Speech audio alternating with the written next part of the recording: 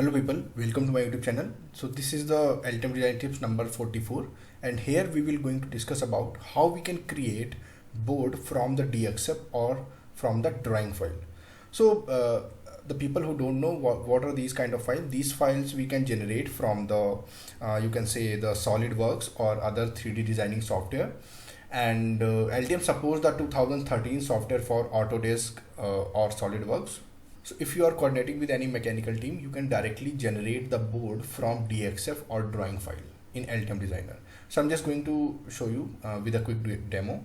But before going further, if you guys want to order your PCB assembly from nextpcb.com, just go to the link given in the description and it will direct you to this page. Here you have to log in with your Gmail ID, and after login you have to click over the PCB assembly, and here you have to fill the detail like the number of quantity, number of the assembly pad, number of the through holes pad, now quote now, and here you have to fill all other details like the dimension of your PCB.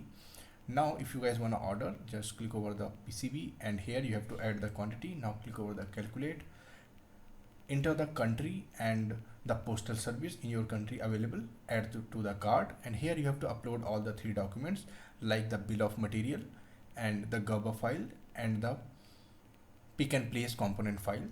After that, submit. Now the next PCB people will contact you through your mail ID and give you the payment link. So open the Altium Designer. So here you can see I have imported this DXF file. This is a random DXF file I have generated. If you guys don't know how you can import, you have to click over the file, import, and from here you can import the DXF files, right? So I've imported this one. The next step is you have to select the line, press tab, so it will be selected completely. Now the next step is go to the design, board shape, and define from selected object. Left click on that, and here we go.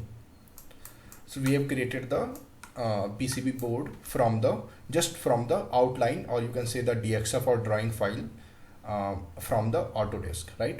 So this is a very very useful tool if you are coordinating with any mechanical team.